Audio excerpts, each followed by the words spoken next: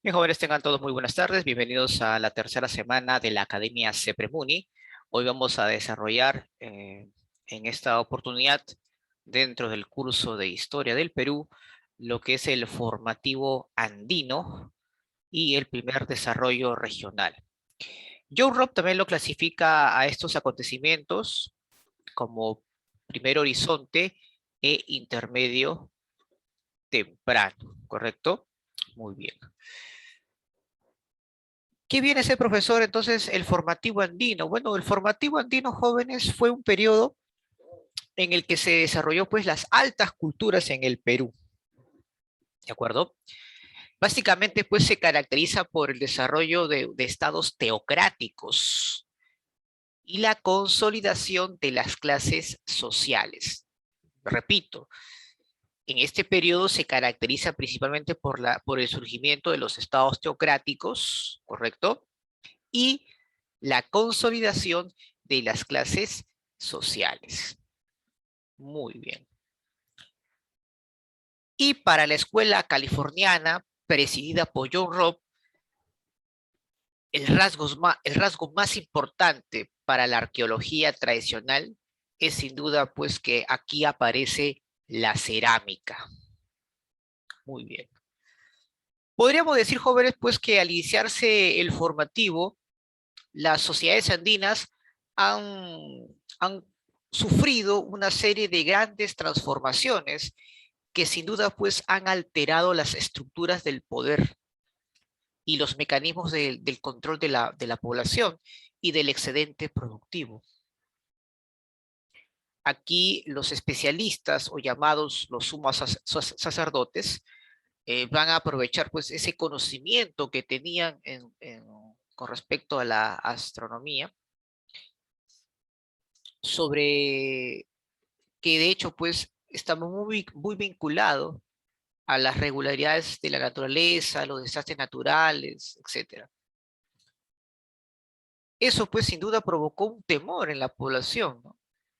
Ya que estos especialistas utilizaban ese conocimiento para poder difundir el miedo, ya que ellos se consideraban seres divinos y que cualquier fenómeno que ocurra o acontecimiento que provocase algún tipo de daño a la población es porque los dioses estaban enojados, ¿correcto? Muy bien, entonces ese también es importante. Es decir, aquí ya existía un control ideológico.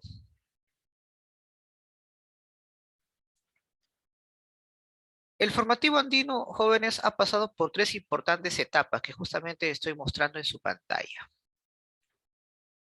Así, profesor, ¿es cierto? Sí, claro, mira, ahí dice formativo inicial, formativo medio y formativo superior. Cada uno más o menos aparecieron en estos años.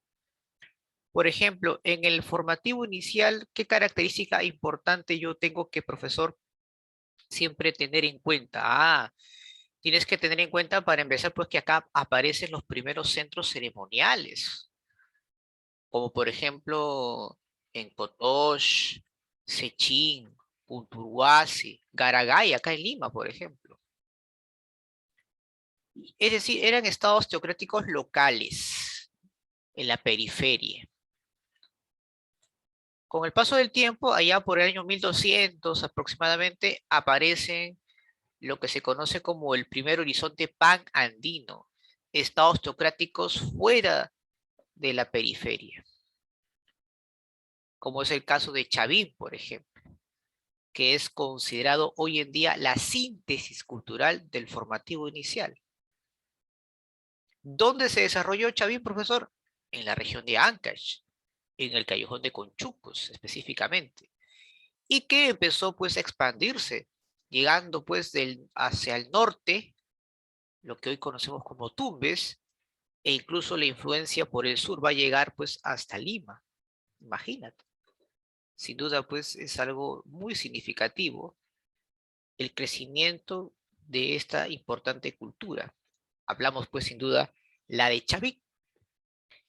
Y el formativo superior, profesor, pues aquí aparece lo que nosotros conocemos como las culturas puente. Profesor, ¿a qué se refiere como cultura puente? Aquella que va a dar paso, pues, a otras culturas a la cual vamos a llamar el primer desarrollo regional.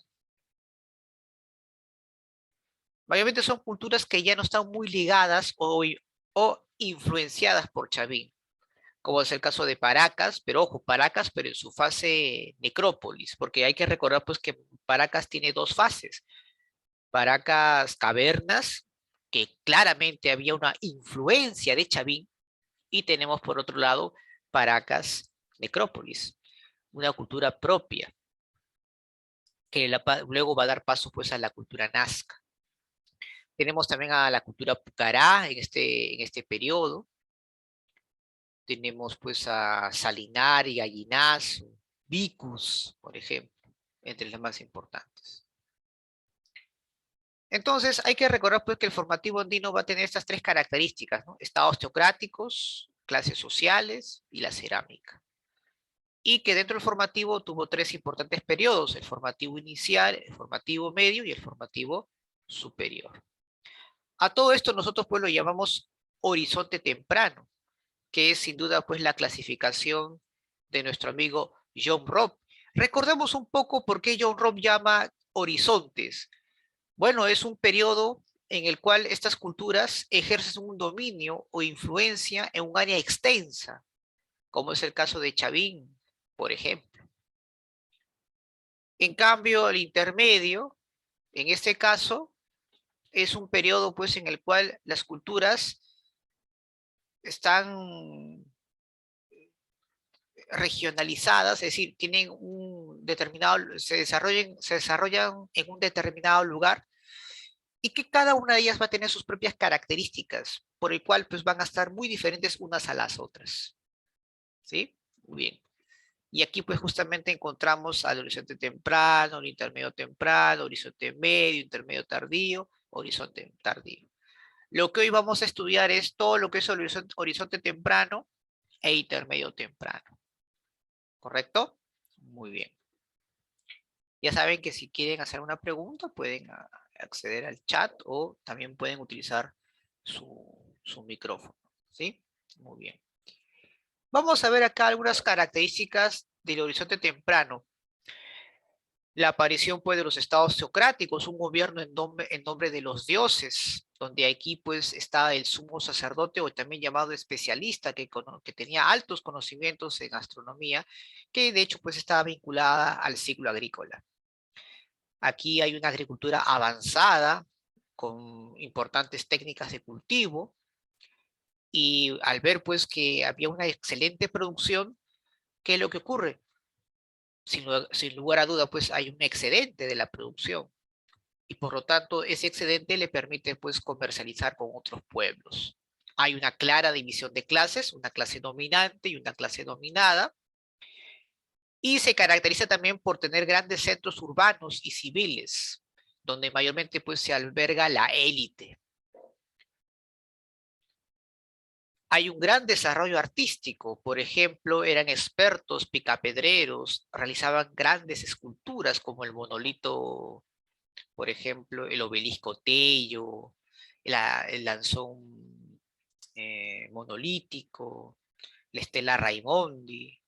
También, sin duda, pues desarrollaron importantes obras en base a la orfebrería, ¿no? La conocieron pues la metalurgia, hicieron una serie de aleaciones, ni qué mencionar pues en cuanto a la cerámica y al tejido, ¿no? Entonces, son características pues esenciales del horizonte temprano. Vamos hoy día a estudiar a dos importantes culturas, a Chavín y a Paracas. Profesor, ¿qué nos pueden preguntar de Chavín? En primer lugar, hay que mencionar pues que Chavín, que es una cultura que pertenece al horizonte temprano, que se desarrolló entre el año 1200 y se extingue al año 200 a 100 antes de nuestra era. La cultura, repito, la cultura chavín es considerada hoy en día pues eh, una, como parte pues repito, del primer horizonte, ya que sus obras, su legado sin lugar a duda, pues ha sido muy importante en el área andina. Observen la influencia que tuvo Chavín en su máxima expansión. Por eso se dice pues que Chavín es una cultura panandina. ¿Qué es un pan andino, profesor? Todos los Andes. ¿Qué más me pueden preguntar de Chavín, profesor? Ah, su descubridor, jóvenes. Julio César Tello. Julio César Tello pensó que Chavín era la cultura matriz del Perú, pero se equivocó. Chavín no es considerada hoy en día la cultura matriz, pero sí una síntesis cultural del formativo inicial. ¿Usted cree, profesor, que me pueden preguntar la ubicación exacta? Es muy posible, pero aunque no te preguntasen, tenemos que conocerlo.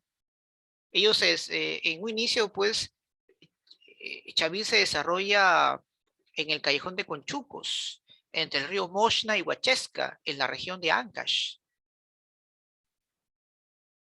Profesor, usted me acaba de mencionar que acá desarrollaron pues el arte lítico, es decir, Chavín va a destacar en lo que es la litoescultura, la arquitectura y la cerámica, por supuesto. Por ejemplo, cuando hablamos de litoescultura, ellos trabajaron muy bien la piedra de manera magistral. Claramente, pues ellos tenían una influencia de Sechín.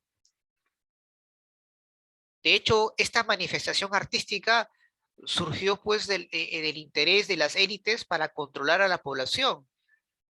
Porque si te das cuenta, muchos de estos muchas de estas obras arquitectónicas o de esculturas de piedra, ¿cómo nos muestran a los dioses? Dioses terroríficos, ¿sí o no? Claro. Observen al lanzón monolítico, que es Marapucho, la deidad más importante de la cultura chaví, el obelisco Tello, la estela Raimondi, las cabezas clavas, por ejemplo. Claramente puede ser una muestra de imponer el miedo, ¿no?, al resto de la población. En cuanto a arquitectura, su centro político fue Chavín de Huántar. Ahí mayormente pues se concentraban todos los centros ceremoniales. Destaca, por ejemplo, ahí el templo viejo, donde se encontró el monolito perdón, el lanzón monolítico. Y tenemos también pues el templo nuevo. Y en cuanto a cerámica, profesor, en cuanto a cerámica, interesante conocer que Chavín, su forma, por ejemplo, de la cerámica chavinoide es globular, como ustedes pueden ver acá en su pantalla, chicos, globular. ¿Y qué color, profesor, pintaban? Era monócroma, era color gris o negro. Su decoración era incisa, con un asa gollete y, ahí está, ¿no? Asa gollete o estribo, como tú puedes apreciar. Si alguna vez tú te vas por ahí y alguien te ofrece esta cerámica y tiene estas características, es una cerámica muy chavín. Al toque nada más ya lo vas a relacionar. ¿De acuerdo? Muy bien. Entonces, esos, digamos, son los que más nos pueden preguntar de Chavín. ¿De acuerdo? Muy bien. Entonces, con respecto a la cultura Paracas, ¿qué cree que nos pueda preguntar? Bueno, sin lugar a duda, bueno, hay que reconocer pues que también su descubridor fue Julio César Tello. Y la cultura Paracas principalmente se desarrolló pues en el Cerro Colorado, en la bahía de Paracas, en la región de Ica. Pero hay que recordar que Paracas tuvo dos fases, una que estaba bajo la influencia de Chavín, que es Paracas Cavernas, y otra que estaba bajo la influencia, o perdón, ya era pues sin duda una cultura propia, autóctona, es pues la Paracas Necrópolis. Y en Paracas Cavernas, profesor, bueno, en Paracas Cavernas podemos mencionar porque su capital fue Tajahuana, y que claramente, y vuelvo a repetir, recibió una gran influencia de la cultura chaví. Ellos usaron, por ejemplo, sus tumbas en forma de una copa invertida, como tú puedes apreciar. ¿Y acá qué cosa hay, profesor? Estos son los fardos funerarios. Dentro de estos fardos están pues las momias, los muertos, ahí con sus utensilios, con sus propios objetos, ¿no? Sus objetos personales. Entonces es una Paracas Cavernas, sí, es una Paracas Cavernas ahí, así enterraban a sus muertos. Aquí también, por ejemplo, los tejidos que realizaban no eran muy vistosos, que digamos en ese tiempo, pero ya empezaron a emplear, ¿no?, diversos tejidos con incisiones o decoraciones y de varios colores. Y acá este es muy importante, jóvenes. Ellos realizaban trepanaciones craneanas. Profesor, ¿y qué son estas trepanaciones? ¿Cuál es la razón por la cual realizaban ese tipo de, de cirugía? Bueno, la trepanación craneana, jóvenes, es una técnica quirúrgica para poder, pues, intervenir en el paciente con algún tipo de enfermedad cerebral o también por traumas que ha recibido, pues, causado por golpes. Hay que recordar, pues, que era una cultura muy hostil con sus enemigos. Y ya, pues, en batalla, en una guerra, posiblemente, pues, este guerrero haya recibido una piedra en la cabeza, o sea, habría, pues, que operar, ¿verdad? Entonces, esto es muy bien interesante. Profesor, ¿y qué usaron los paracas para poder hacer ese tipo de trepanaciones? Porque hasta donde yo sé, pues no había anestesia, no había doctores, no teníamos un seguro de integral de salud. Ah, bueno, pues ahí pues los paracas utilizaron pues la coca, la chicha de jora, incluso el famoso San Pedro, ¿no?, que era pues una sustancia alucinógena, ¿no?, como anestesia. Terminada la operación, la herida pues era sellada, ¿no?, posiblemente con una lámina de oro. ¿Y sobrevivían, profesor? Claro que sí, sobrevivían. No todos, pero gran parte, sí. ¿Y lo hacía un médico, profesor? No, no lo hacía un médico, lo hacía el chamán, ¿no?, el que tenía cierta experiencia en cuanto al conocimiento de las plantas y las sustancias alucinógenas. Profesor, ¿y qué empleaban para hacer ese corte? Cuchillo. Ellos usaban un tipo de cuchillo de piedra volcánica o cuchillo de obsidiana. Y a veces, pues, el dolor era tan fuerte que tenían que agarrarlo entre varios, pues. Imagínate. Y estas preparaciones se dieron durante la fase cavernas y también la hicieron en la necrópolis, claro, es cierto, pero se inicia en la fase cavernas, ¿de acuerdo? En la fase cavernas. Profesor, y dígame, en cuanto a la textilería, la fase cavernas, ¿cómo era? No era muy detallada, no era muy elaborada. Los mantos funerarios paracas van a destacar todavía en la fase necrópolis. Ahí mayormente van a destacar considerablemente. En la fase cavernas todavía pues no eran muy conocidos, que digamos. Con respecto, profesor, a las deformaciones craneanas, esto se va a dar en la fase necrópolis. Sí, pero también se sabe que en la fase paracas también la habían hecho, perdón, en la fase cavernas. Solamente que en la fase necrópolis esto es más notorio. ¿Y por qué, profesor, se hacen estas trepanaciones? Básicamente para diferenciarse de otras etnias de la zona, de la región de la actual Ica, y también para una diferenciación social. Y esto para que pueda darse, profesor, hay que operar. No, simplemente colocarte dos tablillas en los lados de la cabeza y esperar nada más. Pero ojo, ¿no? Esto se hace todavía cuando todavía tu cabeza está en formación, ¿no? Tu cráneo. Estamos hablando pues cuando tenías 2, 3 años de edad. Si tú ahorita quieres hacerlo, no vas a poder, ¿no? Ya estás grande ya. Y ahí está. Y ojo, ¿ah? Esta es una forma de deformación craneana. También puede ser de manera ancha. Como les mencioné, hay varios tipos de deformaciones craneanas, que justamente les repito para diferenciarse, ¿no?, entre una etnia a otra y por sectores sociales también. Profesor, y al hacerse esa deformación, ¿habría un problema con el cerebro? ¿Podrían quedar medio así, algún tipo de problemas neurales tendría? Bueno, se sabe que actualmente en África, en algunas tribus de África, se hacen este tipo de formaciones y hasta ahora no se han mostrado casos de problemas, ¿ah? Así que no habría algún tipo de inconvenientes, ¿no? Al menos por los hallazgos que se han dado con algunos pueblos que practican esas deformaciones craneanas. Y las tumbas, profesor, ahora en necrópolis, ahora ya no es pues en forma de copa invertida. En la Paracas Necrópolis vemos pues que las tumbas son rectangulares. Y la capital ya no va a ser pues Tajahuana, sino la capital se va a trasladar a Topara. Aquí pues en esta fase ya tienen una autonomía cultural que va a dar paso a la cultura nazca con el tiempo. Y en la fase necrópolis son los que más van a destacar en textilería. Los mejores fardos funerarios del antiguo Perú la encontramos jóvenes en la cultura Paracas, fase necrópolis. Si los chavines o los chavinoides eran excelentes en la elitoescultura, los Paracas van a ser especialistas en lo que es el arte textil. No te vayas a olvidar, ¿eh? Esa parte. No te olvides nunca eso. ¿Sí? Muy bien. Con el paso del tiempo, jóvenes, vamos a pasar a un nuevo periodo, a la cual pues Luis Guillermo Lumbreras lo llama el primer desarrollo regional y John Robb lo llama intermedio temprano, que se va a dar pues entre el año 200 antes de nuestra era hasta el 600 después de nuestra era aproximadamente. Característica, profesor. Bueno, en primer lugar, hay que mencionar pues que el primer desarrollo regional o intermedio temprano, ¿de acuerdo?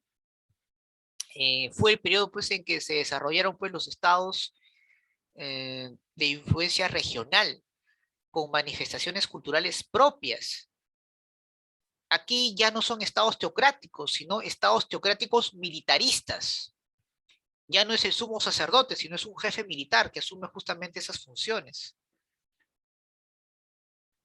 A nivel económico, por ejemplo, se registró pues un gran avance en las técnicas hidráulicas para la producción agrícola. Por eso que también a esta etapa de nuestra historia también se le conoce como las sociedades hidráulicas. Y entre las que más destacan, sin duda, es la cultura moche y nazca. Pero hay otras, ¿eh? Por si acaso, pero estas son las que más van a destacar. Profesor, y culturalmente, ¿en qué van a destacar también? Bueno, en cuanto a las manifestaciones artísticas, van a alcanzar pues niveles extraordinarios, sobre todo en el uso de la cerámica. Si a ti te preguntan cómo se llamó el periodo conocido como los maestros artesanos, tú automáticamente vas a decir intermedio temprano o primer desarrollo regional. Ninguna otra cultura va a sobresalir o va a destacar en cerámica como lo hicieron estas culturas que acabo de mencionar. El mejor ejemplo, pues, fue sin duda la cerámica Moche y Nazca, que va a alcanzar pues su máxima expresión y fineza. Veamos de Moche. ¿Qué nos pueden preguntar de Moche? Muy bien. Descubridor, profesor. Su descubridor pues fue Max Uhle, este importante arqueólogo alemán. Su ubicación, bueno, ahí tú puedes ver su ubicación, que la cultura Moche va a desarrollarse en toda la costa norte. Hablamos pues de Lambayeque, La Libertad y Ancash. Debemos conocer de que la cultura moche, a diferencia de otras culturas que estamos estudiando, no eran pues una nación unitaria, eran un conjunto de estados o de pueblos, no, ¿qué les digo? De curacazgos, por así decirlo, que estaba pues al mando de un dirigente, a la cual pues se le va a conocer como Alaec. Pero, pero los moches era un estado teocrático militar, claro. El poder político de los moches estaba pues dividido en altos cargos, como es el caso del Alae, que era pues el gobernante de un sector del valle. Y el Siequich, profesor, el Siequich pues era el gobernante de la Confederación de los Valles. Repito, ¿no? Eran estados autónomos, pero en ocasiones pues estos estados se unificaban, de repente para enfrentarse a enemigos comunes. Cada estado pues estaba gobernado por un alaec. Por ejemplo, el señor Zipán es un alaec, es un gobernador de un sector el Valle Moche, por ejemplo.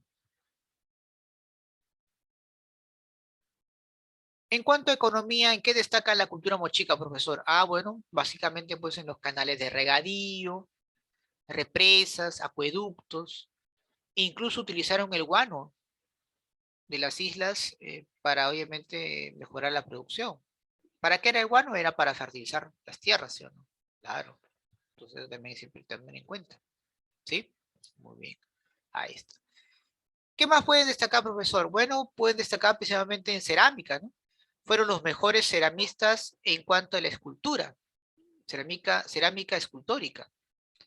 Ahí pues documentaban su vida cotidiana. ¿Y de qué colores empleaba? Era bícroma, jóvenes. Mayormente era bícroma. Empleaban uno, dos o tres colores.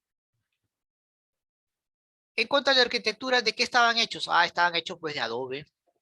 Ahí podemos encontrar pues estas pirámides truncas, como pueden ustedes apreciar en su pantalla, que fueron conocidas como la Huaca del Sol y la Huaca de la Luna, por ejemplo. Y habían otros recintos así, claro, está la Huaca Rajada, el Brujo, etcétera. Larco Joyle consideró pues que los moches tuvieron un tipo de escritura, a la cual lo bautizó como la escritura payariforme, que eran, ¿por qué? Porque encontró pues payares secos en la cual habían signos pintados. Pensó pues que esto era un tipo de escritura. Profesor, ¿y quién fue su principal deidad de los moche? Ah, su principal deidad de los moche, que era pues el que en honor a él pues se hacían sacrificios humanos, era pues el dios Ayapaec, el dios o el dios degollador, ¿no? Así se le conoce, ¿no? Ayapaec.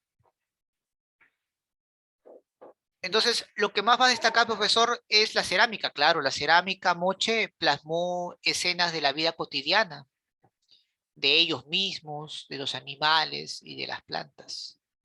Entre las más famosas, pues tenemos sin duda a los guacos retratos, por ejemplo. ¿Ya? Entonces, eso, digamos, hay que siempre tomar en cuenta. Muy bien, profesor. ¿Qué más? ¿Qué más? ¿Qué más tiene usted por acá? Por acá, a ver. Ajá, la cultura nazca.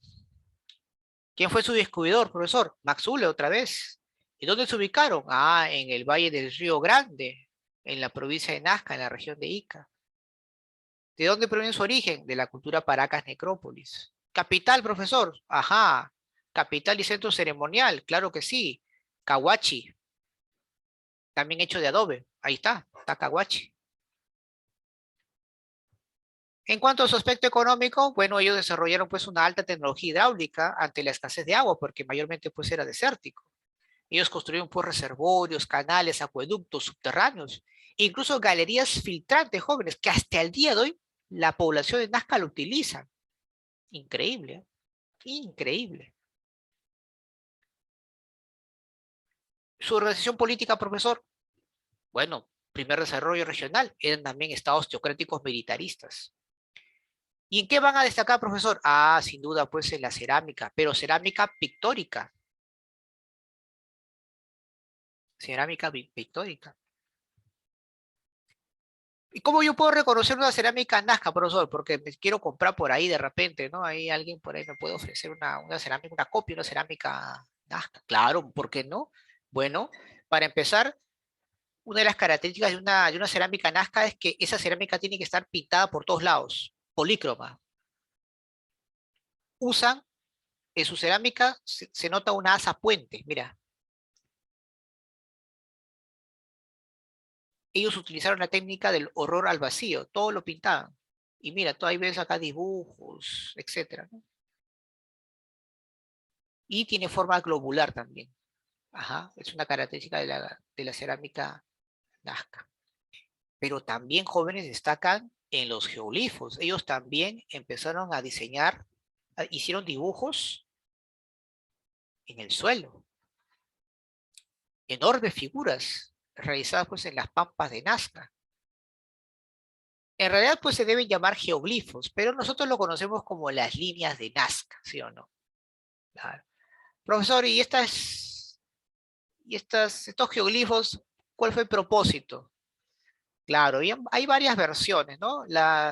Paul Kosok, María Reich consideraban pues que eran calendarios astronómicos, pero está demostrado hoy en día pues que mayormente era un ritual, una ceremonia en honor a su dios, a su dios volador. Era el dios volador y el dios del mar. ¿Quién es era dios, profesor? Ah, era el dios Con. Algo importante que también debes tomar en cuenta cuando te pregunten sobre la cultura nazca es que estos guerreros, muchos de estos guerreros traían consigo cabezas alrededor de la cintura, cabezas humanas, ¿ah? A estos pues se le conoce como cabezas trofeo. Profesor, ¿y qué son las cabezas trofeo? Son cabezas momificadas utilizadas en ceremonias y rituales. ¿Mm? Entonces, eso es también muy, muy importante. Muy bien, profesor. Entonces, los nazcas dibujaron en la pampa enormes figuras decorativas. Claro, estas fueron descubiertas en un principio por Tobío Mejía Sexpe. Por ejemplo, este investigador planteó la hipótesis pues, que eran caminos ceremoniales. María Reich planteó pues, que se trataría de un calendario astronómico, pero María Rostorowski considera pues, que esto fue un rito ceremonial en honor al dios Con, y hasta el día de hoy es la hipótesis más aceptada. Si tú creías pues que eran signos para la llegada de los extraterrestres, eran omnipuertos, completamente equivocados, pues, ¿no? No tiene nada que ver con eso, ¿sí? Eso también hay que tomarlo siempre presente. Bien, chicos, preguntas, dudas, inquietudes, vamos a desarrollar nuestras preguntitas. No sé si por ahí tienen alguna pregunta, alguna inquietud con respecto a estas importantes culturas que el día pues que ya se acaben las restricciones, tenemos que ir a visitarlas.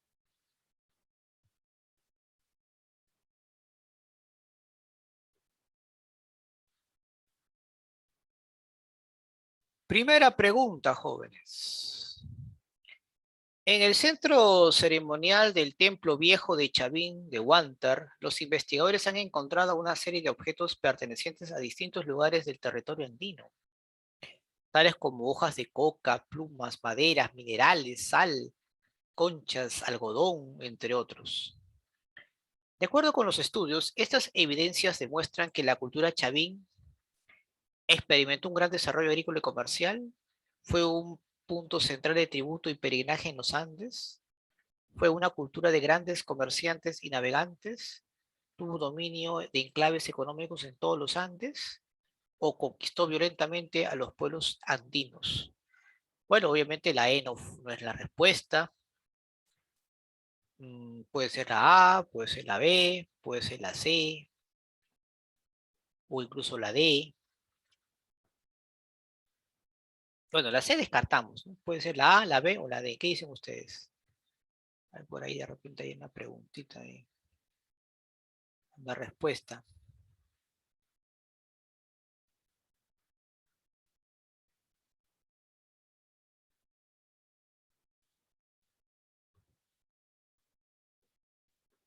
La A,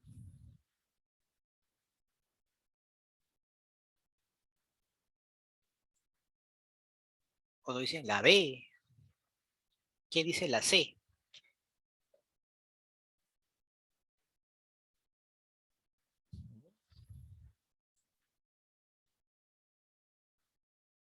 A ver, ¿quién dice la respuesta?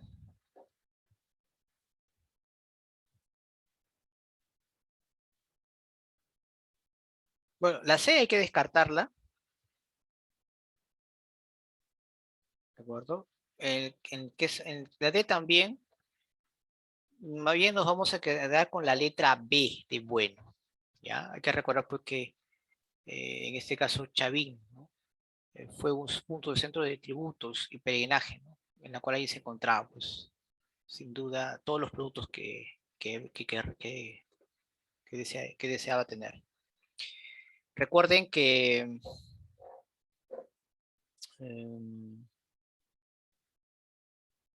Chavín, el Chavín de Guarta es como comparar pues con el Vaticano. Para los católicos el Vaticano es el centro, ¿no? Lo religioso más importante. Claro, en el mundo andino Chavín fue pues sin duda el centro más importante religioso. y ahí pues obviamente muchos pueblos peregrinaban, pero también obviamente tenía un lugar donde podían pues realizar sus productos. Entonces eso también hay que tomar siempre en cuenta, ¿correcto? A ver, yo sé que, por ejemplo, si bien es cierto, pues no se ha tocado pues mucho esto, ¿no? Hay que tomar en cuenta que Chavín, pues en este caso, es una cultura que sobresale considerablemente, ¿correcto? Entonces, es por esa razón, pues, que hay que tomar siempre presente, ¿no? Muy bien. Segunda pregunta. De acuerdo con las investigaciones de María Reich y las líneas de la Nazca, ¿qué vendrían a ser jóvenes?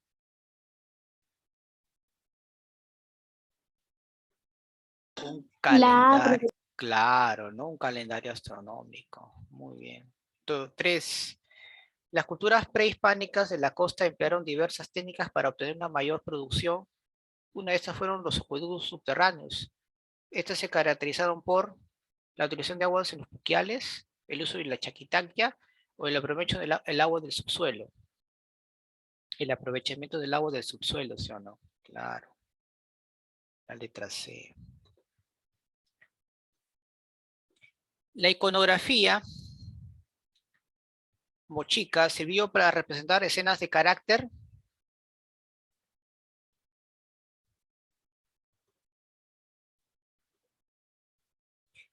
mitológico y realista, ¿no? Muy bien. Otra acá. La cultura nazca se desarrolló durante el intermedio temprano en la costa sur, actual territorio del Perú. Su principal centro administrativo, ¿cómo se llamó? ¿Se acuerdan? Cahuachi, ¿no? Claro, su capital, ¿no? Muy bien. De acuerdo con Julio César Tello, la antigua cultura peruana se desarrolló íntegramente en el territorio andino y recibió en su formación la poderosa influencia de, bueno, según su teoría, pues se recibe pues de los arawak, ¿no? Que era pues una cultura que estaba en el oriente amazónico, ¿no? Pero ya sabemos que esa teoría está descartada. Max Ulle, arqueólogo alemán, autor de la teoría migracionista, posee que la alta cultura peruana tuvo origen ¿dónde? En Mesoamérica, ¿no? Según lo que le informa. Muy bien. En una de la UNI. En el periodo intermedio temprano destacan las siguientes construcciones. Lanzón monolítico, bueno, ese es horizonte temprano. Paracas Necrópolis también. En cambio, Huaca Rajada, Huaca de la Luna y Huaca del Soto.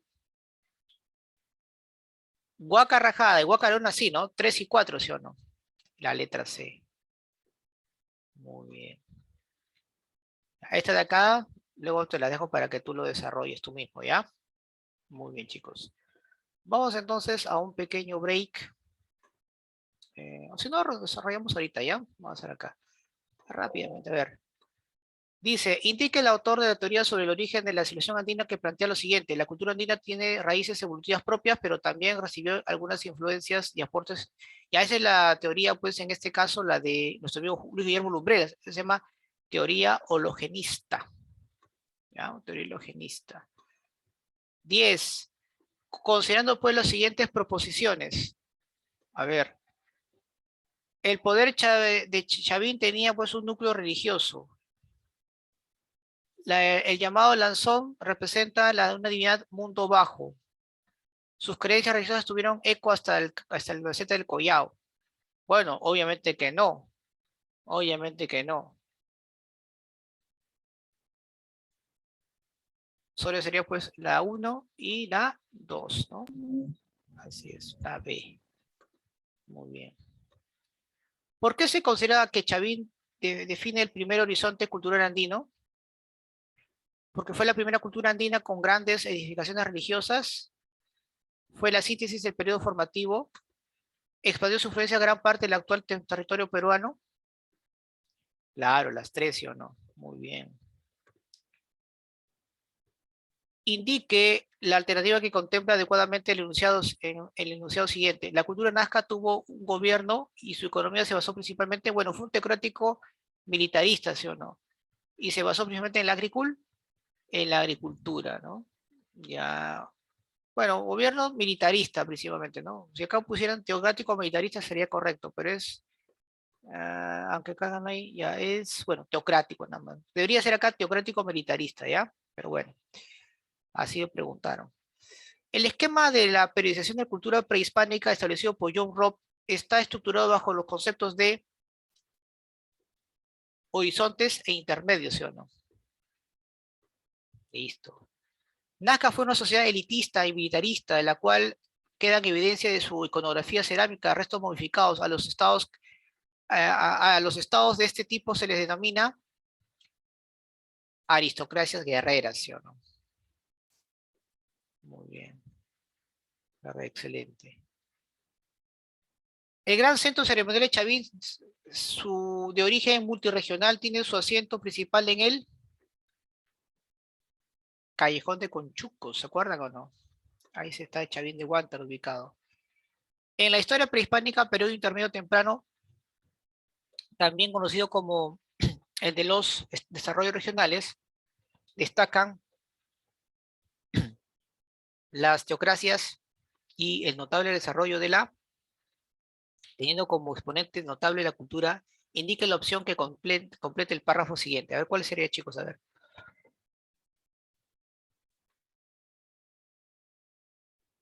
A ver, ¿qué dicen ustedes? La E. A ver. Sí, ya. Periodo intermedio, ya. En el intermedio temprano, no y descarta Chavín, descarta Wari, descarta Chimú. De hecho, pues estamos hablando de la S, ¿no? Moche, que es intermedio temprano. Muy bien. Excelente. Sobre el estado formativo o sobre el formativo, señala lo incorrecto. Perfeccionamiento lítico, primeros tejidos, cultivo para el propio algodón, arquitectura urbana, urbana religiosa o casa de recolección. Ya no había casa de recolección, ¿sí o no? Ya pues eran sociedades complejas. Última. Durante el intermedio temprano, ¿qué surgen, jóvenes?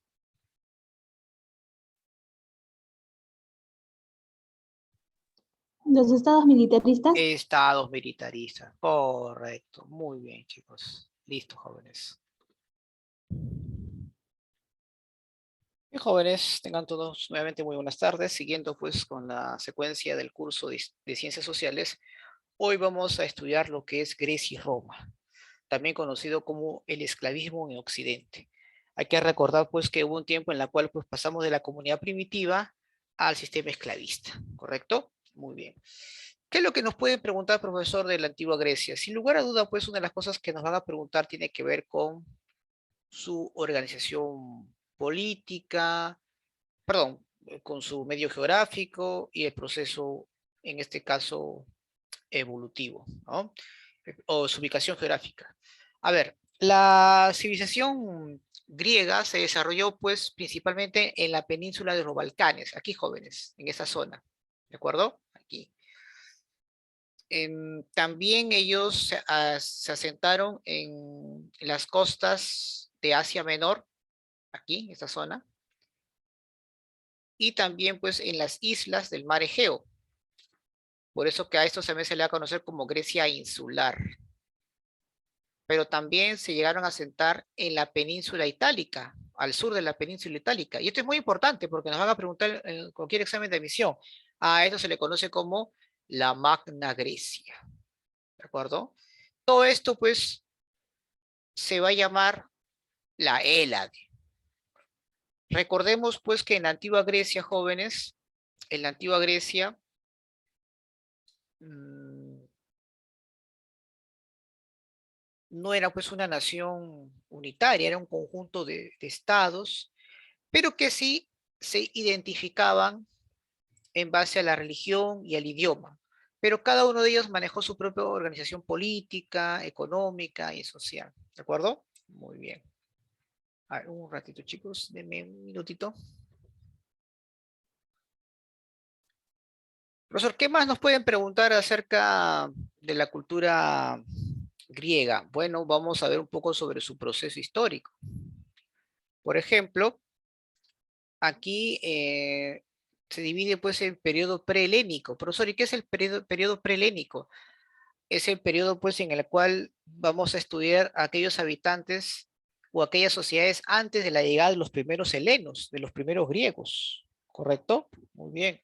Por ejemplo, a este periodo prehelénico se desarrollaron dos importantes civilizaciones, como por ejemplo es la civilización minoica, o también llamada cretense, y la civilización micénica. Por ejemplo, cuando hablamos de la civilización minoica, aquí pues encontramos a los primeros habitantes de Creta, llamados los pelasgos. Ellos ocuparon la isla de Creta y fundaron importantes centros urbanos, como Noxos, por ejemplo, o Faistos. Ahí está. Algo que siempre te van a preguntar con respecto a la cultura cretense o minoica es que ellos tuvieron un estado talasocrático. Profesor, ¿y qué significa un estado talasocrático?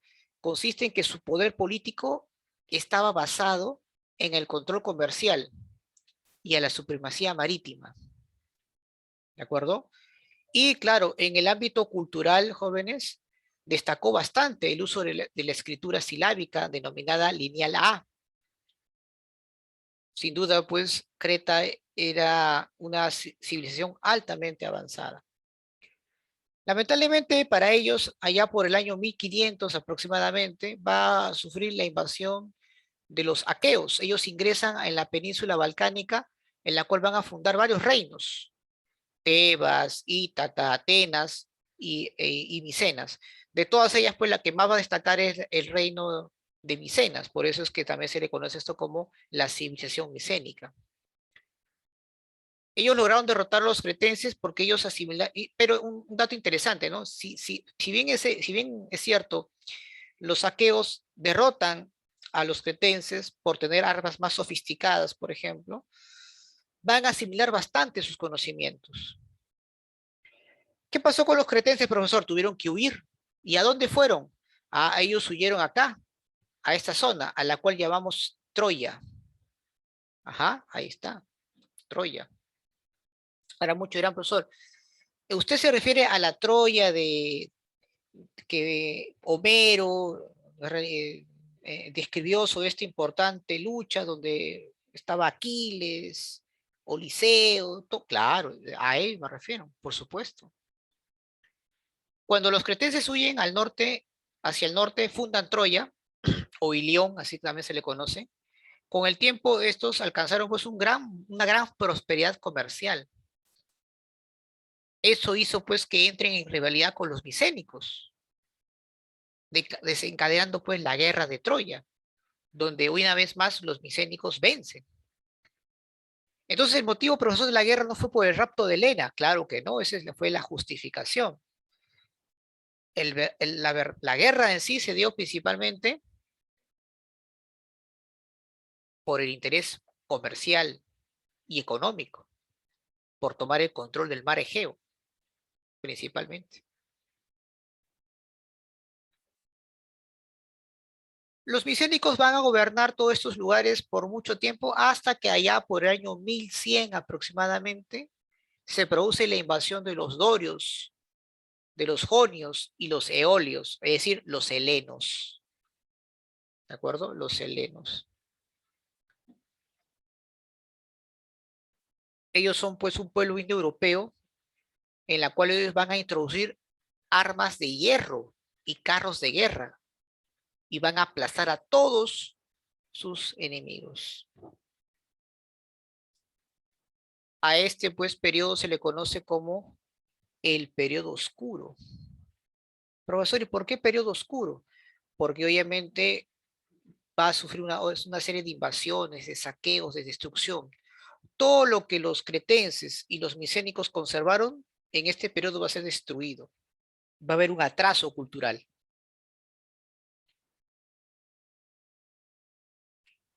Con el paso del tiempo, ya cuando los dorios, los jonos y los eolios empezaron ya a establecerse, empezó un periodo a la cual se conoce como el periodo arcaico, donde ahora justamente vamos a un ratito, chicos. Ya, les había mencionado que este periodo arcaico ya los griegos empezaron ya a sentarse, empezaron a a formar los primeros estados, a la cual pues nosotros llamamos las polis. Estos estados pues obviamente eran autónomos, cada uno con su propia organización política y social, pero hay algo en común que los identificaba, pues que era justamente la religión y el idioma. Y como parte pues de esa integración, de esa identidad, celebran las Olimpiadas. Bueno, en realidad fueron los Juegos Panhelénicos, porque eran varios juegos, pero la que más va a destacar era sin duda pues las Olimpiadas. Aquí pues las polis griegas se van consolidando. Y como parte pues de esta expansión, los griegos, principalmente los atenienses, empiezan pues a tener fricciones con el imperio persa, que era pues la nación más poderosa de ese tiempo en Oriente. Y nuevamente pues por intereses económicos se van a ver pues involucrados en estas guerras, a la cual pues nosotros conocemos como las guerras médicas, en el cual pues los atenienses y sus aliados se enfrentan al imperio persa. En el periodo arcaico se dieron pues las dos primeras guerras, ¿no? En el cual pues en la primera guerra el protagonista va a ser Atenas y en la segunda guerra médica es Esparta. Luego de que los atenienses venzan a los persas, surge lo que conocemos como el periodo clásico, jóvenes. ¿Por qué se llama el periodo clásico? Porque aquí pues es un periodo donde aparecen pues los grandes filósofos, las artes, las ciencias, y en donde Atenas pues sobresale entre las demás polis. Eso pues sin duda va a causar cierto resentimiento y peligro por las otras ciudades-estado, como es el caso de Esparta. Atenas no se conformó con solamente vencer a Persia, quiso también controlar los territorios de esa nación. Por lo tanto, forma una liga, la famosa Liga de Delos, y con ella pues pone punto final a las guerras médicas, venciéndola y ocupando sus más vastos territorios y riquezas. Aquí pues se da un crecimiento tremendo de las polis griegas, en especial de Atenas y Esparta. Y bueno, pues debido pues a este enfrentamiento, a este temor de los espartanos y otros polis de la presencia de Atenas como ciudad hegemónica, se desata una guerra entre las polis griegas, a la cual pues llamamos las guerras del Peloponeso, que si bien es cierto, Esparta la gana, la guerra fue tan desgastante para todos que eso va a ser aprovechado por un pueblo llamado Macedonia, al norte de la península de los Balcanes, y somete a todos los estados griegos e inicia una expansión hacia Oriente, en la cual pues sin duda estamos hablando pues del ascenso de Alejandro Magno, que va a conquistar toda la Hélade y también se va a expandir su imperio hacia Oriente, e incluso fue él que va a acabar con el imperio persa. A esto pues se le conoce como el periodo helenístico. Este es muy importante, jóvenes, porque gracias a las campañas militares de Alejandro Magno, Oriente y Occidente se van a fusionar, va a haber una mezcla cultural, a eso se conoce como helenización, y te van a preguntar, jóvenes, en cualquier examen de admisión, ¿de acuerdo? En cualquier examen de admisión te van a preguntar. Tras la muerte de Alejandro Magno, el imperio se divide pues en sus 4 generales, y con el paso del tiempo, allá por el año 146, los griegos van a ser conquistados por los romanos. Y así se pone punto final pues al proceso histórico de la antigua Grecia. ¿Qué podemos aprender, profesor, de Atenas en cuanto a su organización política y en cuanto a su organización social? Bueno, podemos acá ver pues que uno de los más importantes legisladores, promotor de la democracia, es Clístenes. También, sin duda, tenemos que recordar pues a Solón, por ejemplo, que fue un gran legislador. Gracias a él, pues, podemos apreciar estas instituciones que cada uno, si te das cuenta, va a tener pues un papel muy importante. Por ejemplo, la bulé. ¿Cuál es la función de la bulé, profesor? Ah, la función de la bulé es sin duda pues preparar leyes. Estaba pues compuesto por un consejo de ancianos. Entonces ahí vemos pues que la bulé tiene mucho que ver en ese aspecto. Los arcontes, ¿quién eran los arcontes, profesor? Ah, los arcontes pues eran las autoridades de las ciudades-estado.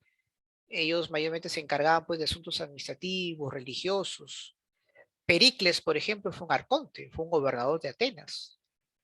que lamentablemente durante la guerra de Peloponeso muere porque se desató una peste en ese lugar, ¿no? ¿Y qué es el Areópago, profesor? Ah, el Areópago es un tribunal de justicia. Es una institución que justamente que va a realizar pues una serie de sentencias, pero en última instancia, es decir, era un tribunal superior. En cambio, el tribunal de los Eliastas era también pues un lugar donde también se aplicaba la justicia, pero era en menor jerarquía. Mayormente pues eran juicios de primera instancia. ¿Y la iglesia, profesor? Ah, la iglesia pues es la asamblea de los ciudadanos, en la cual lo conformaba por todos los atenienses mayores de edad y que mayormente tenían cierta capacidad o poder adquisitivo para tener participación en la política. Esta iglesia solamente le correspondía a los ciudadanos atenienses. Estaban prohibidos los extranjeros o cualquier otro poblador que no sea de Atenas. En cuanto a su organización social, profesor, ¿qué podemos encontrar?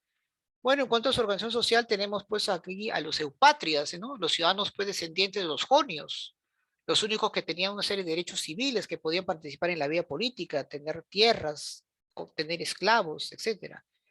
Mayormente pues la élite gobernante era la oligarquía comercial que defendía la demo, ¿no? La democracia, para poder obviamente consolidar su poder.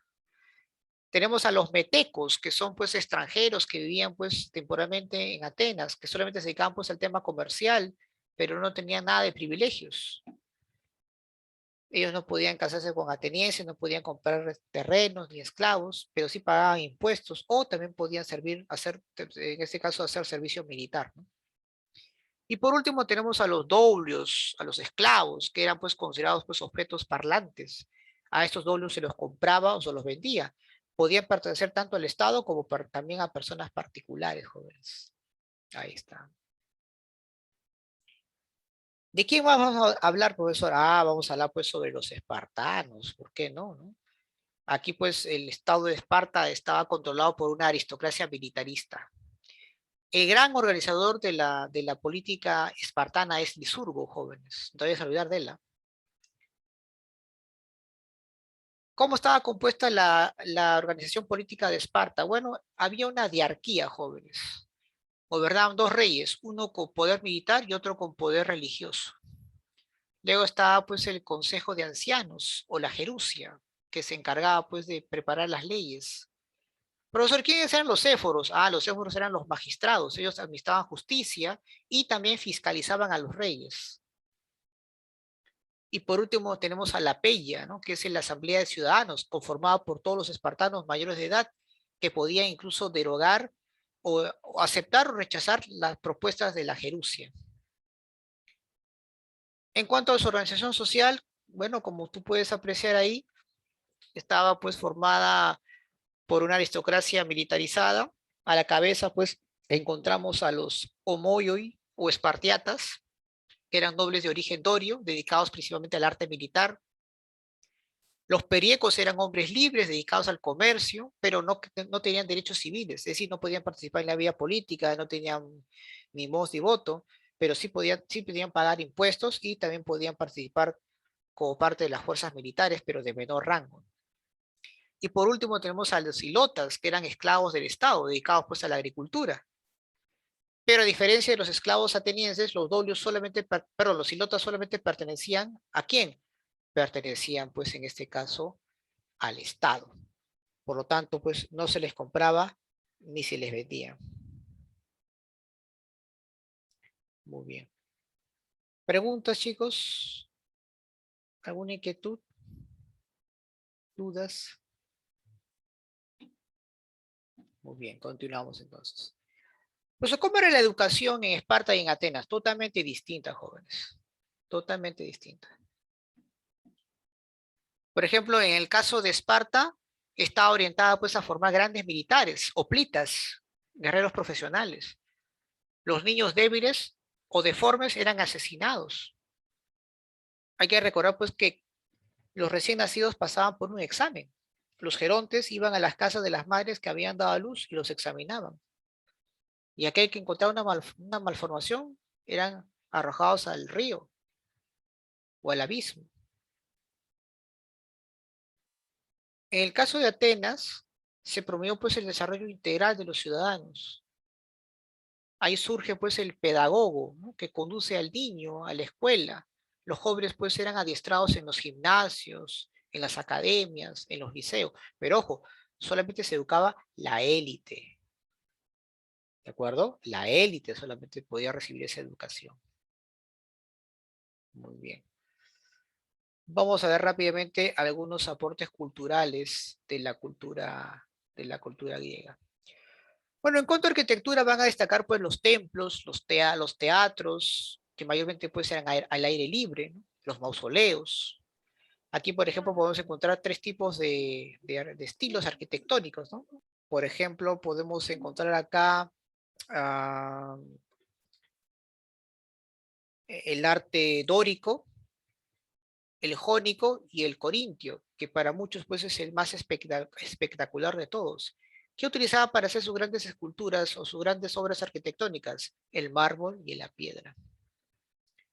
En cuanto a la escultura, profesor, pues acá pues destaca mayormente, no veo videos.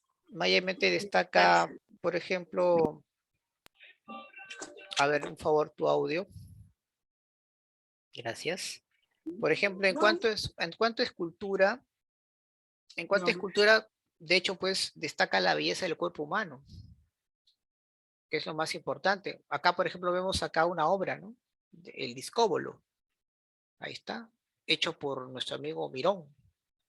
Destaca también Fidias, que hizo una escultura en honor a la diosa Atenea. Ajá. Profesor, ¿qué más? En cuanto a teatro, pues sin duda destaca, pues, mayormente Esquilo, que fue el que desarrolló, pues, o hizo esta obra importante, Prometeo encadenado, por ejemplo. O en el caso, pues, de nuestro amigo Sófocles, Edipo Rey. Ellos destacan principalmente, pues, en lo que es la tragedia y la comedia. Y los hacía, pues, en estos anfiteatros. Profesor, en cuanto a religión, pues, sin duda, ellos eran politeístas, adoraban, pues, a varios dioses.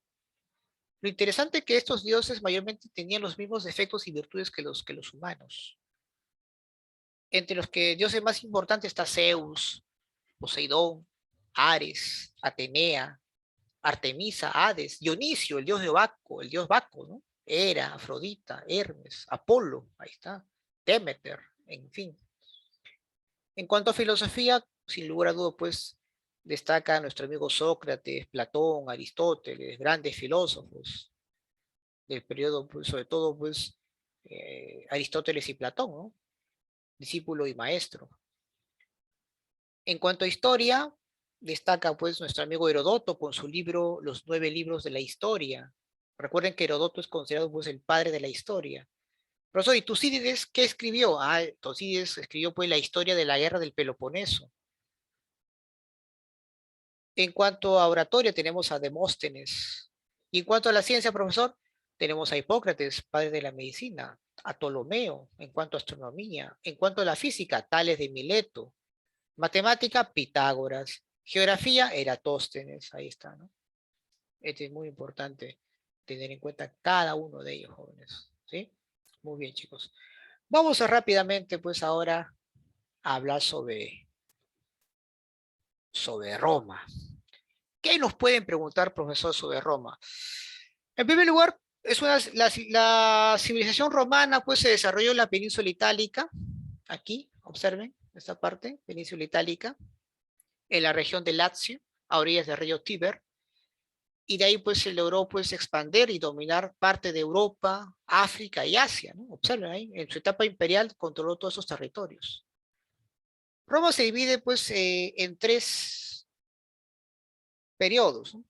Monarquía, república e imperio. ¿De acuerdo?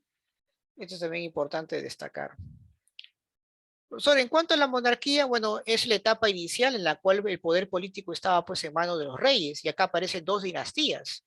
La dinastía latina, en la cual inicia Rómulo, que es un personaje legendario, fundador de Roma, y luego la dinastía etrusca. Los latinos pues eran fundadores de Roma y fueron desplazados por los etruscos, quienes poseían pues una cultura más avanzada y que influenció bastante a Roma en esos años. Los latinos sacaron del poder a los etruscos, en la cual van a establecer la república. Profesor, ¿y por qué ocurrió esto? Porque obviamente los reyes le daban muchas facilidades a un nuevo sector social que cada vez estaba acumulando más riquezas, eran los plebeyos. Y ante esa situación, pues los latinos, es decir, los nobles terratenientes, deciden pues sacar del poder a los reyes etruscos y fundan la república. Aquí en la república, por ejemplo, van a tener un dominio total de la península itálica. Tras destronar a los etruscos, los latinos o los patricios, como así ahora se les llama, inició pues un periodo de expansión en la cual pues logró someter a varias culturas, entre ellas pues la de Grecia, por ejemplo. Y como querían controlar todo lo que es el mar Mediterráneo, se enfrentan a los cartaginenses. Se da pues lo que se conoce como las guerras púnicas, que fue un conflicto militar que enfrentó pues a Roma y Cartago, justamente por una rivalidad comercial, por el control del mar Mediterráneo. Al final pues los romanos vencen a los cartaginenses. Ahora, pese al éxito militar de Roma, a la prosperidad que logró pues al conseguir o al apropiarse del mar Mediterráneo, al interior de Roma todavía habían protestas sociales, porque un gran sector de la población no había logrado pues o no había recibido los beneficios de la Roma triunfal sobre Cartago. Se van a producir pues una serie de levantamientos por parte de los plebeyos. Entonces, la gran expansión romana, jóvenes, generó pues una serie de luchas entre plebeyos y patricios por sus reivindicaciones. Fue tan compleja la situación, jóvenes, que los propios hermanos Cayo, me refiero a Tiberio y Graco, que a pesar de ser de origen patricio, quisieron realizar una serie de reformas en beneficio de los plebeyos. Por ejemplo, ellos promovieron pues la reforma agraria, el reparto de las tierras tanto para patricios como para plebeyos, o también la ley de la frumentaria, que era pues un trigo más barato en beneficio de los plebeyos. Lamentablemente esto chocaba con los intereses de los patricios. ¿Y qué pasó, profesor? Fueron asesinados, ya que estas reformas perjudicaban pues los intereses de los patricios más poderosos.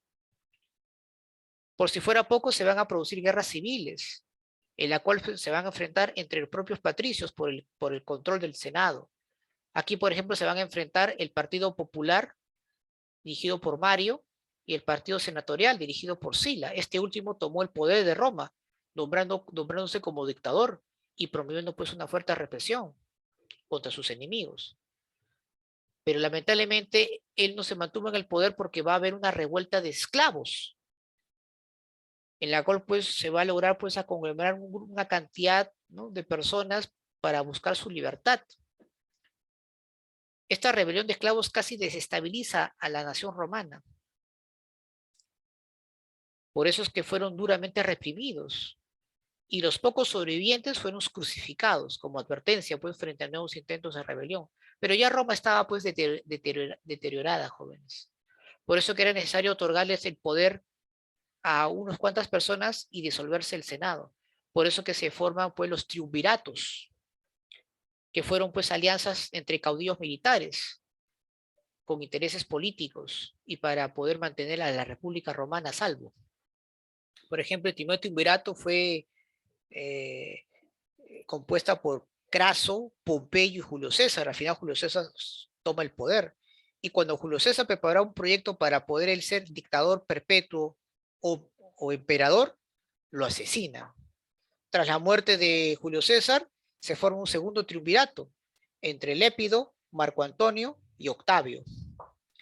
Octavio, hay que recordar pues que aprovechando pues que Marco Antonio se fue a los brazos de Cleopatra, pues Octavio lo desprestigia frente a los militares, frente a los patricios, e inician una invasión contra Egipto, en la cual pues Marco Antonio y Cleopatra mueren. Primero pierden la batalla, ¿no? La batalla de Axio, y luego pues mueren, ¿no? Eso permitió pues a Octavio pues tener todo el poder y básicamente pues ahora pues convertirse en el primer emperador de Roma. Claro, surge pues el imperio. Ahora, el Imperio Romano tiene dos fases, jóvenes. Un llamado, pues, imperio o principado o alto imperio romano, que es en este caso, el apogeo de Roma. Y por otro lado tenemos el Imperio Romano dominado, o también conocido como Bajo Imperio Romano, ¿no? Un periodo ya de decadencia.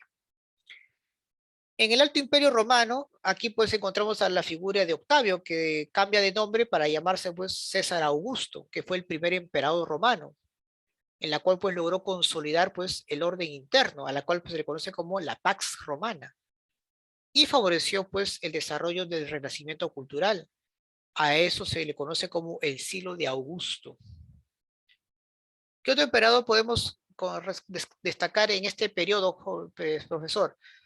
Tenemos pues a Tiberio. En su tiempo pues se produjo la crucifixión de Jesús. Tenemos a Nerón, que incendió Roma e inició pues la persecución a los cristianos. Vespasiano inició pues la construcción del Coliseo Romano. Tenemos a Trajano, que el emperador pues que alcanzó la máxima expansión territorial durante el imperio. Ya en la etapa de decadencia, o también conocido como Bajo Imperio Romano, tenemos a Diocleciano, que puso fin pues a la anarquía militar y estableció la tetrarquía, es decir, un gobierno de 2 Césares y 2 Augustos. Constantino fue el último emperador pues en mantener la unidad.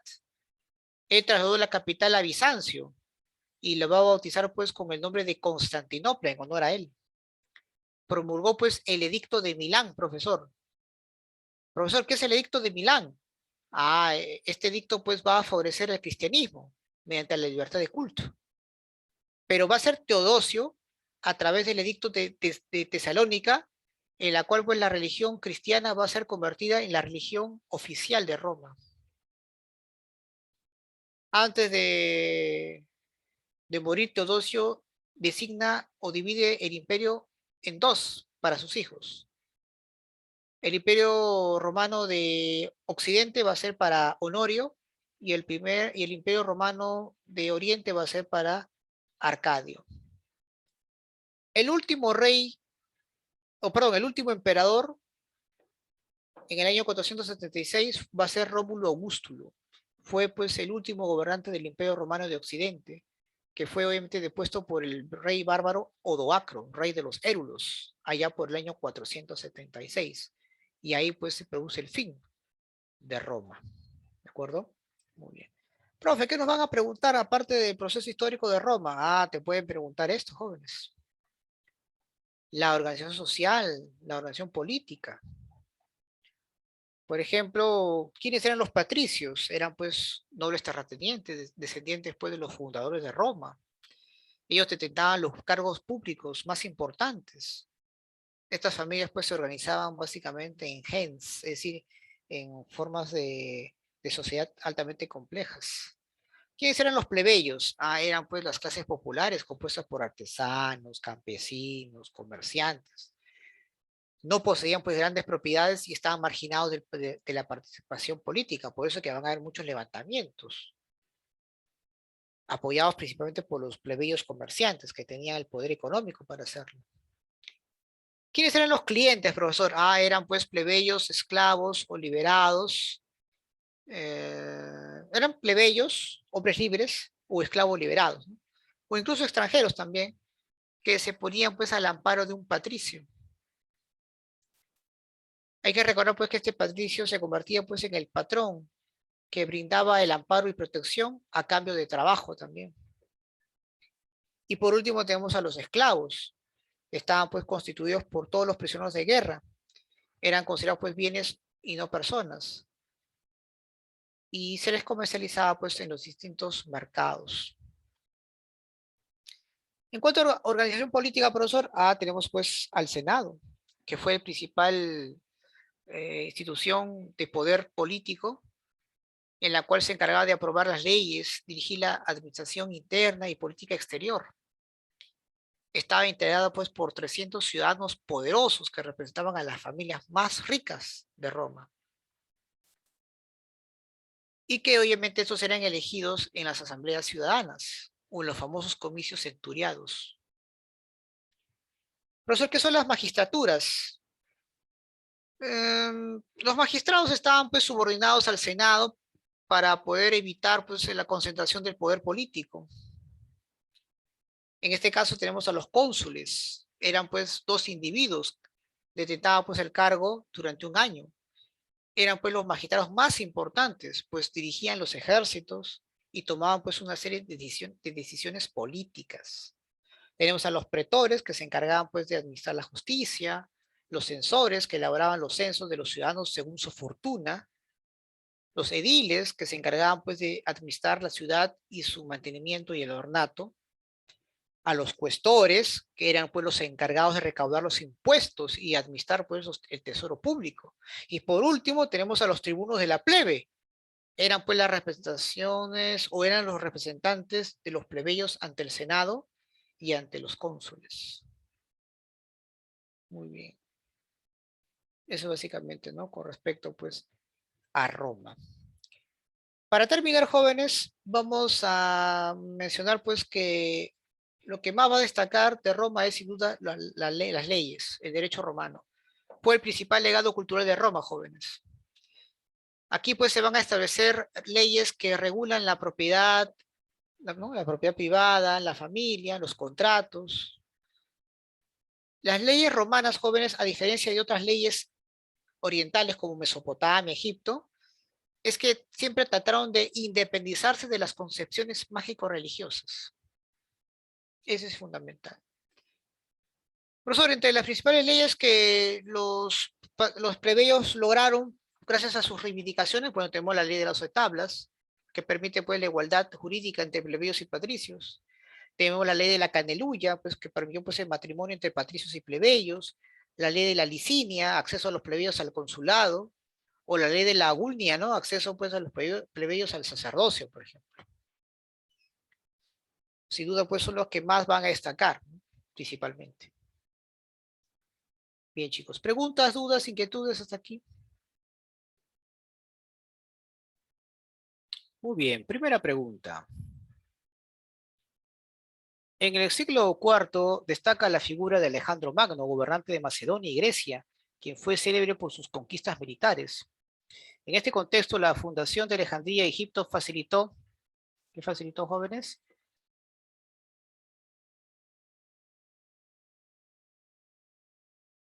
La expansión de la cultura griega, ¿sí o no? La helenización. 2. Solón impulsó importantes reformas para mejorar la situación de los campesinos atenienses, dictó leyes tanto con el hombre del pueblo como para el rico y llegó a suprimir la esclavitud por deudas. Por eso es considerado pues un gran legislador, ¿verdad? Heródoto presenta pues en su obra historias de las costumbres y tradiciones de los pueblos de la antigüedad, tales como principalmente pues de los griegos y los persas. Muy bien. Entre las contiendas bélicas de la antigüedad, una de las que destaca de los griegos como contra la expansión del imperio persa en Asia Menor. Este enfrentamiento duró pues casi medio siglo, se le conoce como las guerras médicas, ¿no? Médicas. Correcto, muy bien.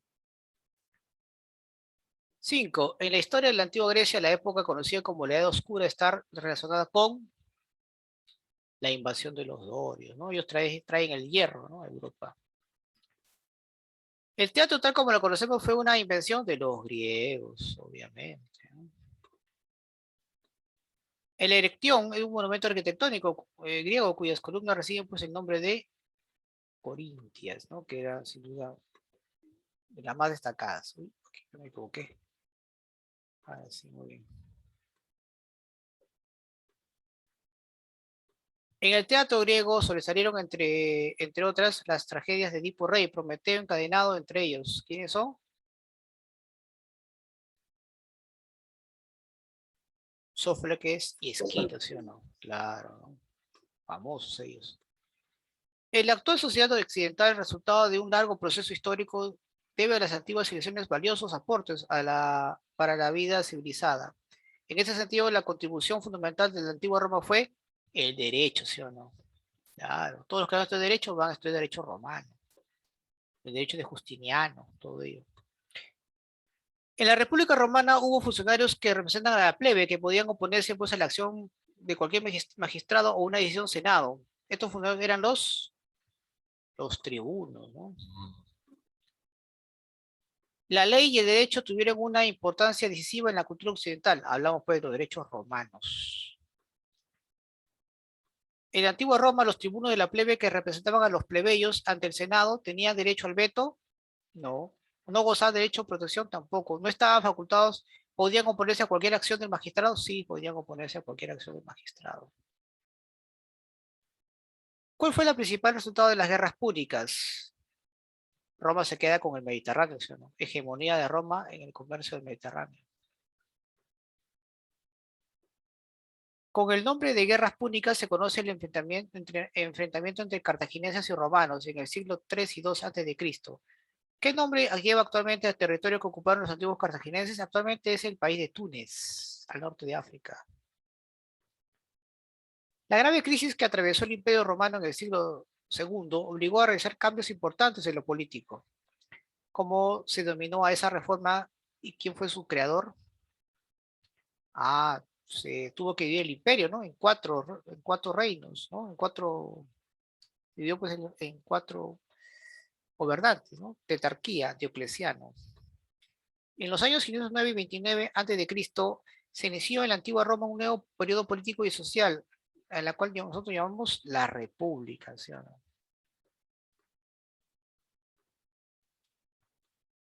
En la antigua Roma, la reforma agraria a favor de los desposeídos fue promovida por los hermanos Graco, ¿no? Tiberio y Cayo. Muy bien, chicos.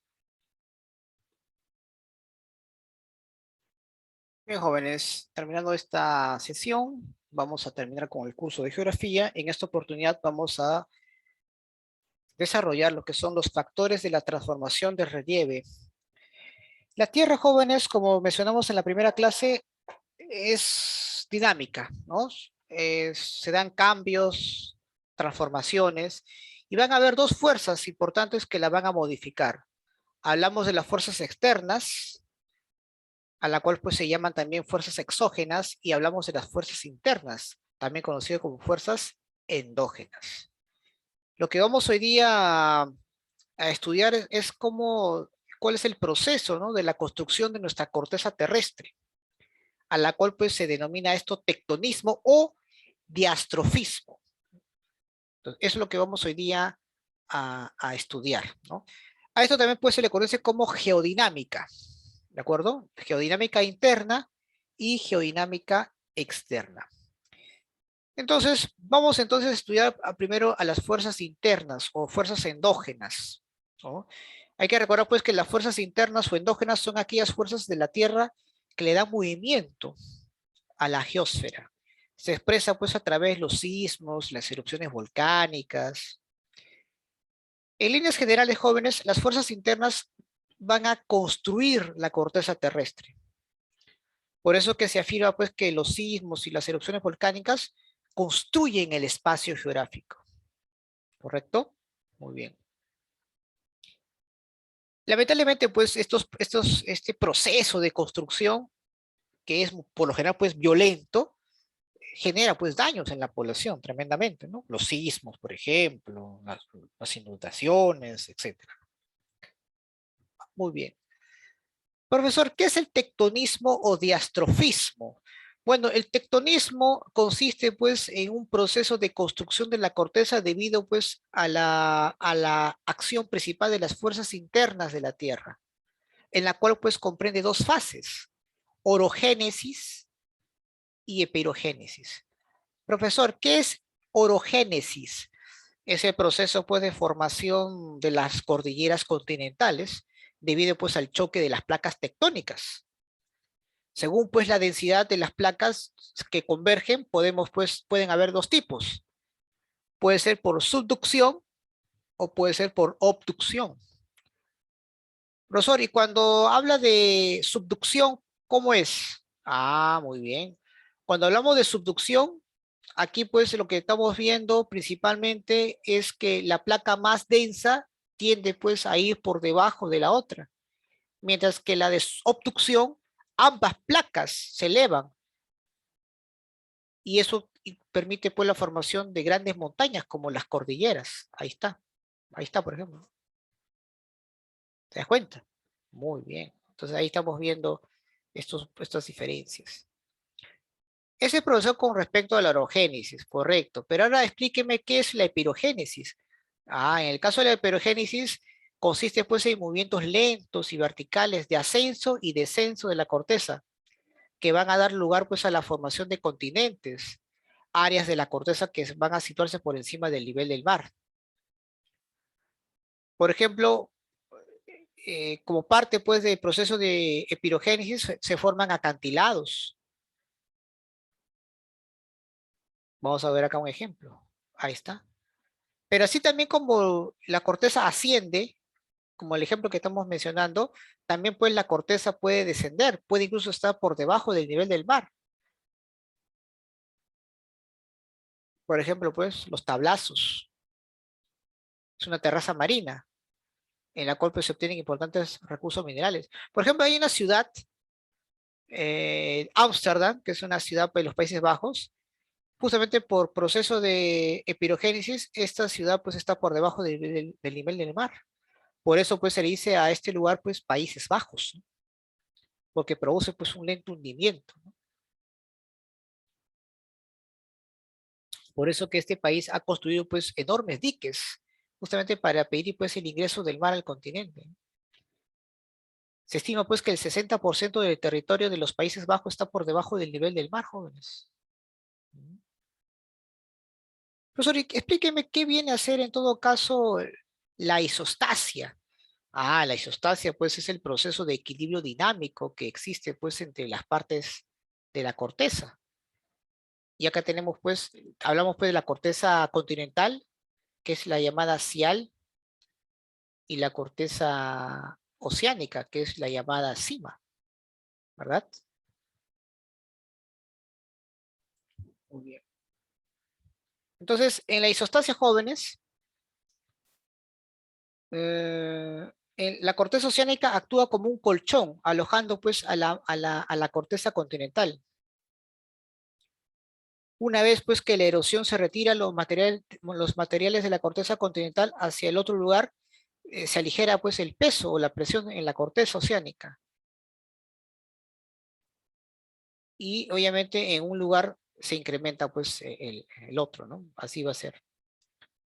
La zona pues aligerada, por ejemplo, en peso, tiende pues a elevarse lentamente, mientras que la zona que ha recibido la carga se hunde también lentamente. Eso pues permite pues ese equilibrio entre la corteza continental y la corteza oceánica, como ustedes pueden apreciar pues en la imagen. Profesor, usted entonces me quiere decir pues que la isostasia constituye pues un tipo de fuerza interna o endógena junto con la actividad volcánica, el vulcanismo, en las cuales pues van a generar pues la epirogénesis y la orogénesis respectivamente. Claro, porque eso también pues permite la formación de la corteza terrestre en sí, como parte pues de las fuerzas internas. ¿De acuerdo? Muy bien. Veamos ahora pues a la otra fuerza que también de una manera u otra modifica, ¿no? Hablamos pues de las fuerzas externas, o también llamado el modelado del relieve. Vamos a ver acá. Perdón. Ahí está. ¿A qué llamamos fuerzas externas, profesor, o fuerzas endógenas? Bueno, es el modelado, es decir, es la transformación natural del relieve terrestre.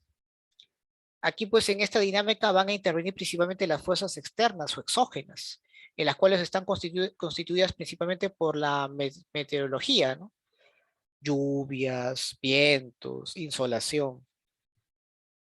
Pero también, pues, como parte, pues, del movimiento de los cuerpos, del agua, como los ríos y el mar, que claramente van a modificar el relieve. Un modelado natural, jóvenes, del relieve comprende básicamente dos etapas: la degradación y la agradación. Profesor, ¿qué es degradación? Bueno, es aquella pues que se da a través de la meteorización y a través de la erosión, en la cual pues desgasta la superficie de relieve, favoreciendo pues el traslado de materiales hacia otro lugar.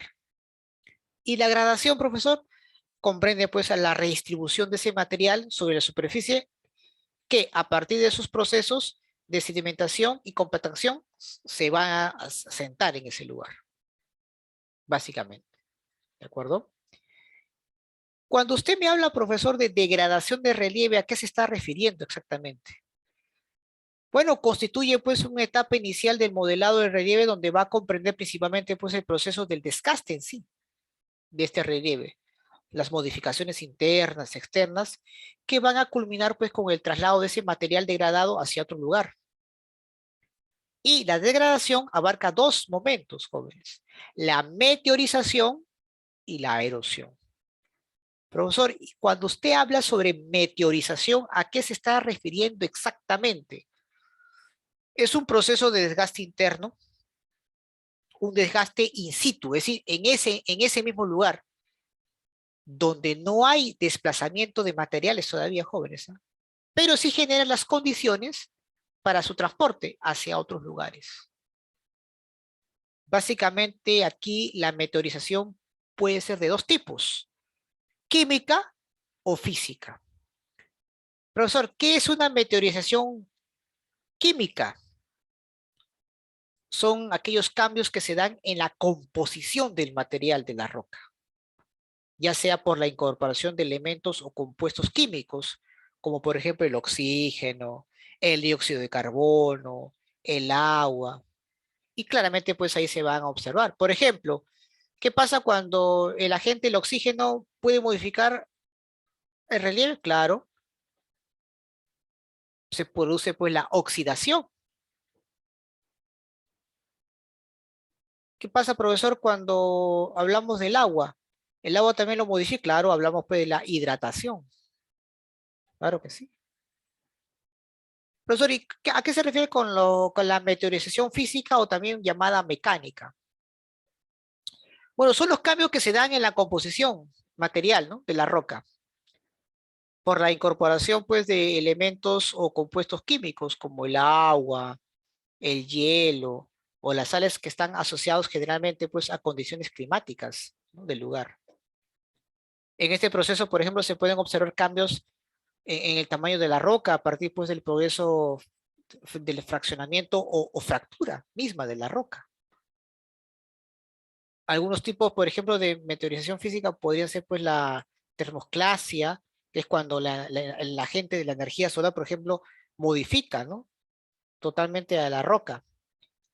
O la llamada, pues, en este caso, aloclasia, ¿no?, en la cual las sales también producen, pues, este cambio ¿no?, de la roca. Cuando hablamos de erosión, ¿a qué se está refiriendo, profesor? A ese proceso, pues, del desgaste externo del relieve.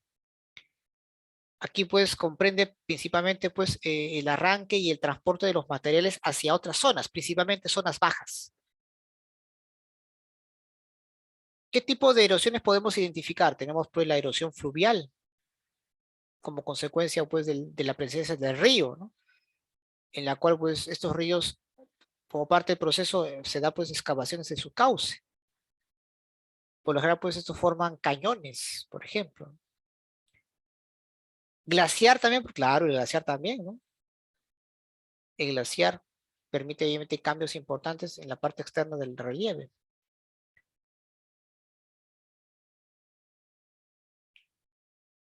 También podemos hablar sobre la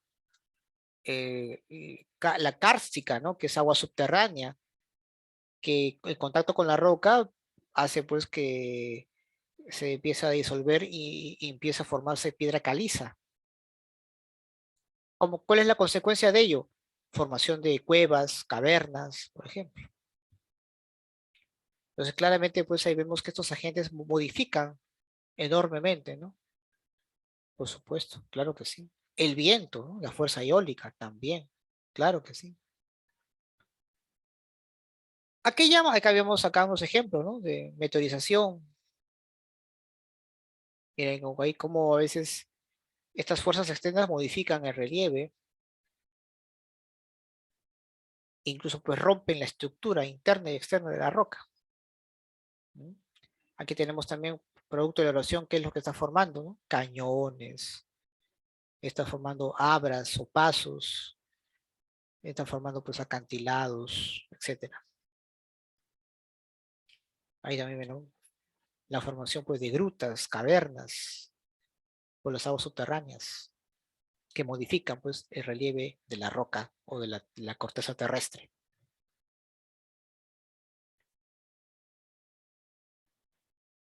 Vamos hoy a hablar un poco sobre la agradación del relieve, ¿no? Con la cual pues constituye pues la etapa final del modelado de relieve, la cual pues comprende principalmente pues el proceso de renovación externa, ¿no? De este relieve, pues a partir pues de la incorporación y la depositación del material degradado. La gradación pues abarca dos momentos, jóvenes, la sedimentación y la compactación. Profesor, ¿a qué se refiere con la sedimentación? Consiste básicamente en la depositación pues, de materiales. Aquí pues identificamos la siguiente forma, por ejemplo, de sedimentación. Tenemos pues a la fluvial, tenemos a glaciar, eólica y kárstica, por ejemplo. Claro. Ahí vemos pues cómo el río, el glaciar y el agua subterránea intervienen, ¿no? Para que pueda obviamente pasar este proceso de sedimentación. ¿Y qué es la compactación entonces, profesor? A ese proceso pues de consolidación de los materiales que se habían sedimentados.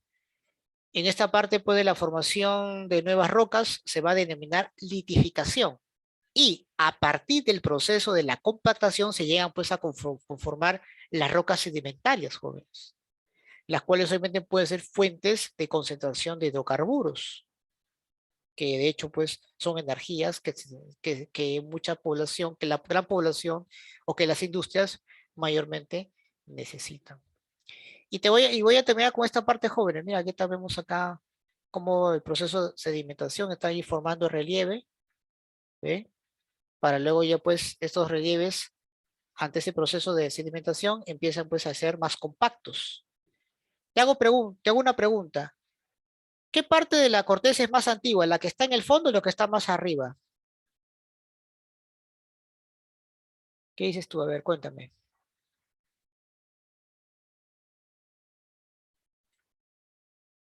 El que está en el fondo, profesor. La más antigua, claro, pues, porque con el proceso de sedimentación, esto se va litificando, y acá está, pues, este es el último, ¿no? Que se ha ido compactando, ¿no? Y que se ha ido almacenando ahí. Claro, ¿no? Entonces, si yo quiero hallar, pues, restos fósiles de hace millones de años, pues, tengo que ir, pues, más abajo todavía, ¿no? Ahí puedo encontrar algo, ¿no? Claro. Ahora, yo te pregunto, ¿el hombre también es un agente modelador del relieve? Claro que sí, por supuesto.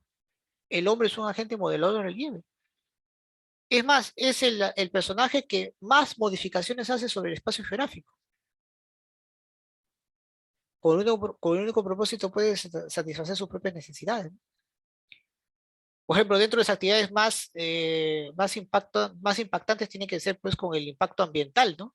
Donde el hombre pues a través de la minería, la construcción de infraestructuras viales, la explotación de los recursos naturales, por eso que se le considera pues al ser humano como el principal agente transformador de la corteza terrestre hoy en día. Y también pues el más contaminador también, ¿no? Claro que sí, ¿no? Entonces el impacto ambiental de la sociedad sobre la naturaleza, jóvenes, repercute sobre la propia sociedad.